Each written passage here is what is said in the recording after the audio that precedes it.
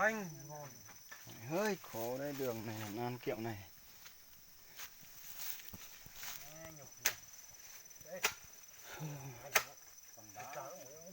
Ăn muối xe này hơi khó, đường mềm quá. Đó,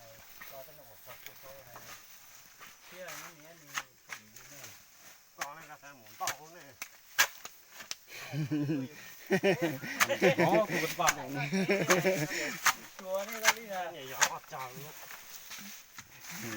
Bốc ít thì cũng thằng nhiều này. Là thế.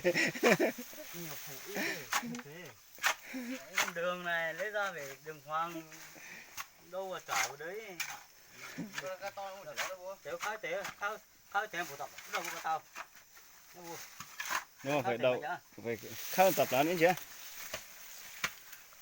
Đào hết.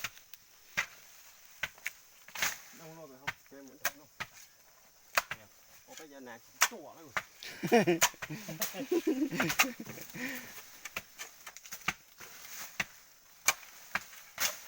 Đây đang ua tỏ nhẹ đây là chính quen nẻ này. Nhỏ ấy.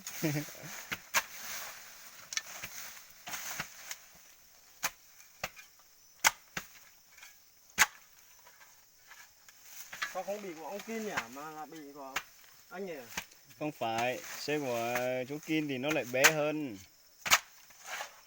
Hiểu, hiểu. Xong xe nó bé hơn thì nó chợ nó nhạy hơn mà. Kiểu độ tải của nó thì nó tải căng thật, nhưng mà nếu kiểu độ nó thì nó xe nó bé hơn thì kiểu gì nó chạy nhạy hơn.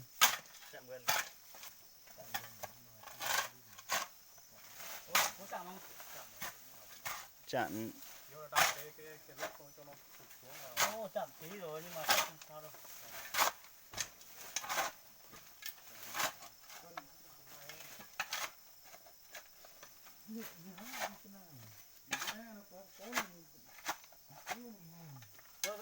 Cái sao là chung sống này chả.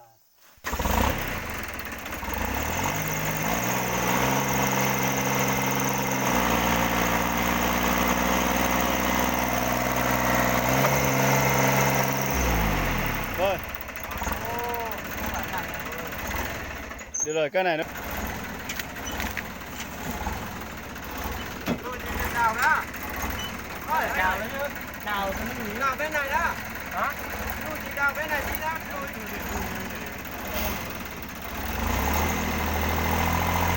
ôi ơi. Thế thôi.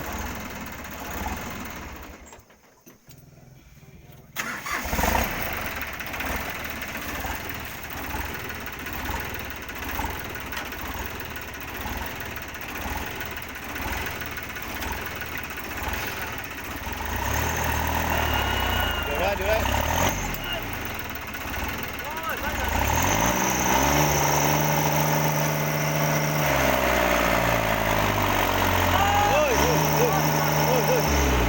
Thế rồi. Đi chả cay đây không? Rồi từ từ thôi nhá.